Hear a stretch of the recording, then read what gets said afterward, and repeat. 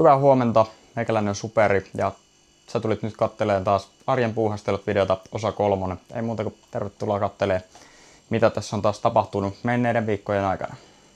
Asentelinpä tänne Rusaan nyt tommosen ESP01-moduulin, niin se on Wifin siihen.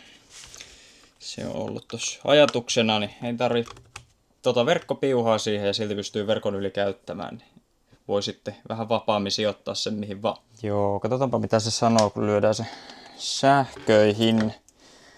Sen ilmeisesti pitäisi ruveta tarjoamaan flashaamista sille Wi-Fi-moduulille, jos se sen sieltä tunnistaa.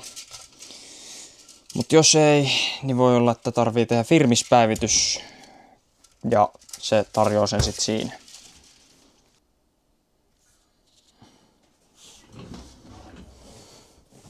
Flashing ESP, no niin, hyvä. Eli se tunnisti sen ja rupesi flashaamaan sinne firmistä. Katsotaan mitä se sitten sanoo meille. Info, network status. Joo, pitää varmaan tehdä sinne tikulle konfifille, mistä se hakee noin Wifin tiedot. Siitä tuossa aikaisemmalla arjen puhastelut videolla olikin siitä, kun toi robottiimuri teki temput ja tässä sitten lähdettiin purkamaan sitä ja siellä oli aika paljon ruuveja ja eri kokoisia ja kyllähän sieltä pölyäkin löytyi vaikka mistä välistä. Sittenhän se jäi tuohon ottaa aika pitkäksi aikaa varausia ja sitten kun ne varausat tuli, niin mehän kasattiinkin se itse asiassa livestreamissä.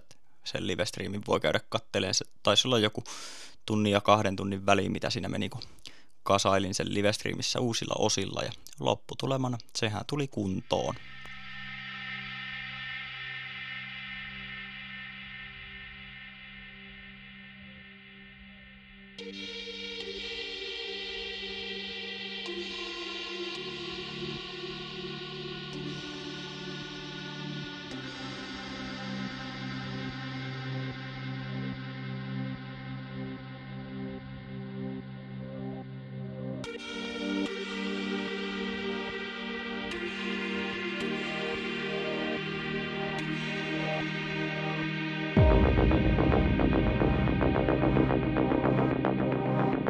Joo, rupeaa olemaan aika hyvin osissa.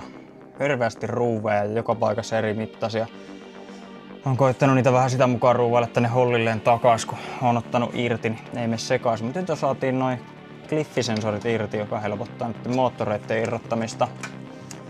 Aika törkeä paljon täällä on tämmöistä hienojakoista pölyä, niin mä varmaan teen sillä viisiin, että mä puran tänne ihan atomeiksi. Annan osille, jotka sen kestää, niin vesipesun ja muille sitten paineilmaan. Saadaan tää taas ainakin lähemmäksi uuden verosta, jos ei uuden veroseksi. Joo, mä jatkan tästä timelapsen kuvaamista teille.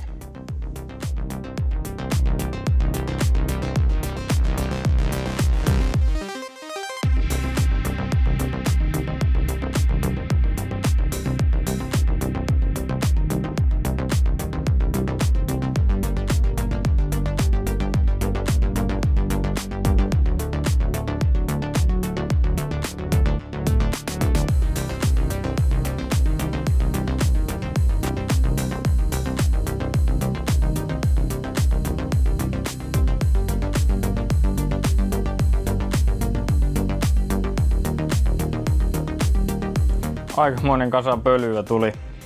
Siinä on nyt moottorit irti ja kyllähän ne aika pölyisen näköiset on kaikki. Sieltä tuli ihan törkeä määrä pölyä. Siellä on myös kaikkea muuta irti ja täällä aika paljon tätä johtoa on. Siellä on emolevyjakku ja täällä on jotain.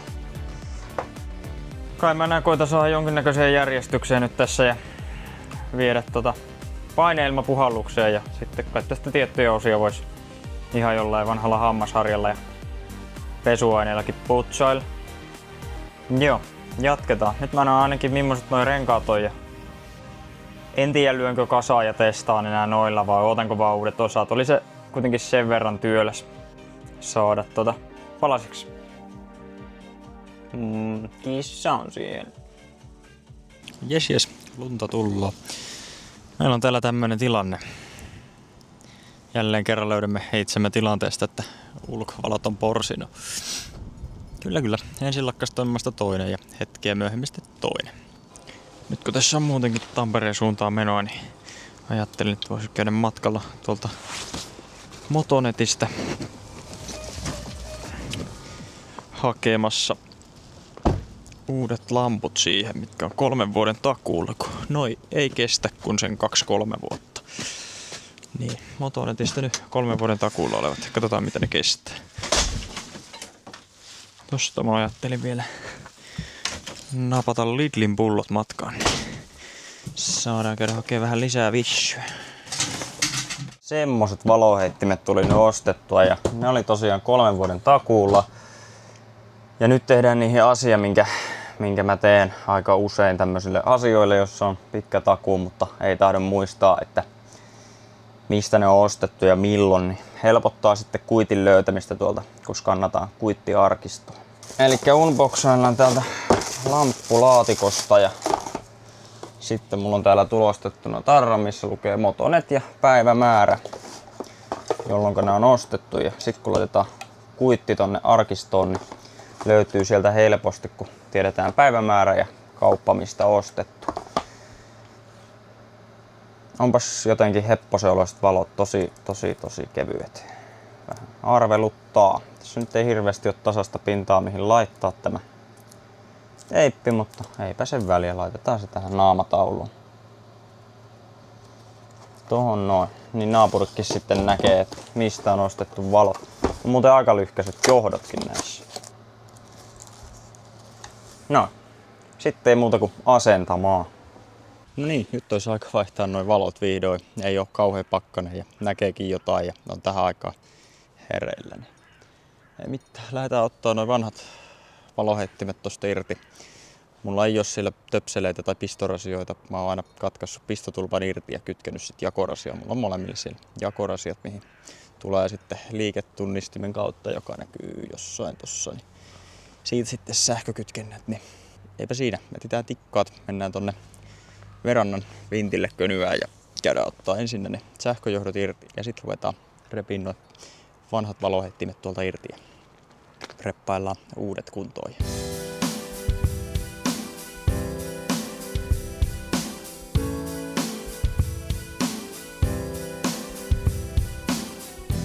Valmistellaan täällä nyt nämä, eli katsotaan pistotulppa pois, kuoritaan sille sopivasti johtajat. Saadaan ne tän näköiseksi kuin näissä vanhoissakin oli. Ja kuten täältä nähdään, tännekin on kirjoitettu, että ne on ostettu Hurrikaanista 13.9.21. No, ei ole enää Hurrikaania meidän kylällä. Taitaa niillä joku putiikki jossain olla. Sieltä on muutamat ledit päästänyt savuja ulos ja sieltä kun yksi palaa, niin sen jälkeen se polttaa ne loputkin. Nämähän ei hajoa sen takia, että näillä tulisi tunnit niin sanotusti täyteen.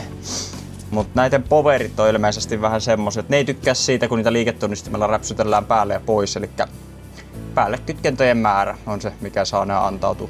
Ilmeisesti sieltä tulee jonkunnäköinen virtapiikki, mikä sitten kuolettaa noi ledit. Ja se on kyllä ihan perseestä, koska näitä saa siis 2 vuoden välein olla ostamassa uusia. Ihan sama, ostaako vähän parempaa vai huonompaa, niin aina sama lopputulos. Näissä nyt vähän epäilyttää, että ne on ihan pirusti kevyempiä kuin nämä vanhat. Tehot saitaa olla liki samat, oisko? Joo, 50 wattia, kyllä.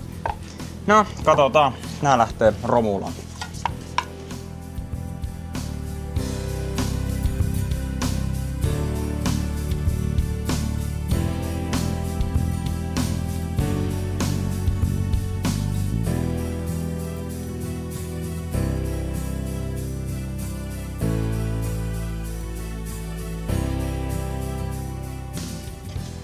No niin, jotakuta varmasti sitten myös kiinnostaa, että miltä täällä näyttää.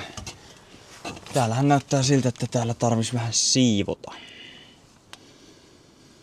Siellä menee noita ilmastointiputkia, toi on tuloilma ja tosta pitäisi rakentaa poistoilma, mikä näkyy tossa. Lisäksi kun ne on täällä, niin ne pitää eristää.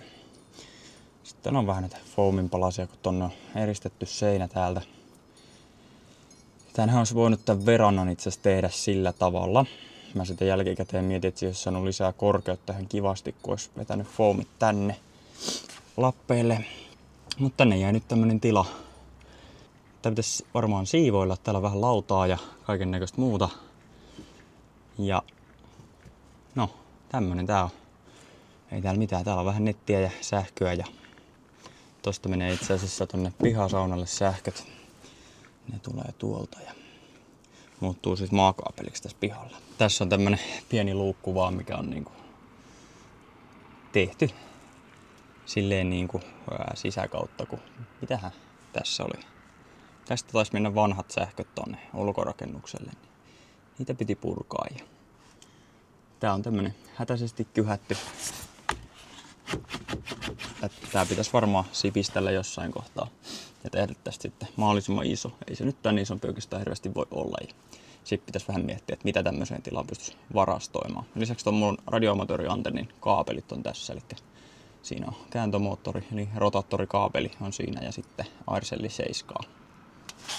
Oliko tää 7? Kyllä, Aircelli 7 koaksiaalikaapeli sitten tonne antennille. Ja antenni on vähän huonossa jamassa edelleen. Ei ole tullut lisävaurioita, vaikka se on nyt vähän huonossa jamassa. Pitäisi mitata ne putket ja selvittää, että mistä saa sen kokoista putkea. Ja se on sitten materiaalilta suunnilleen sama, että se on samanlainen kestävyydeltä. Joo, mietitään sitä joku toinen päivä, ehkä sitten kun on enempi kesä. Ei oikein kiinnosta tällä kelillä lähteä tonne katolle kikkailemaan. Ja sanotaanko nyt niin, että tämä arjen puuhastelut video oli myös tässä, joten oli kiva, kun olit seurassa. Valojen asennus vähän viivästyi, sen takia tämä videokin on vähän viivästynyt. Jos tykkäsit videosta, niin paina peukkua ylös ja tilaa ehdottomasti kanava, jos kanavan sisältö kiinnostaa. Ja alle kommenttia. Mä nyt en enää edes muista, mitä kaikkea tässä pätkässä oli, mutta eiköhän tästä jotain saada. Mä lähden tonne Terhin pariin nyt. Moi!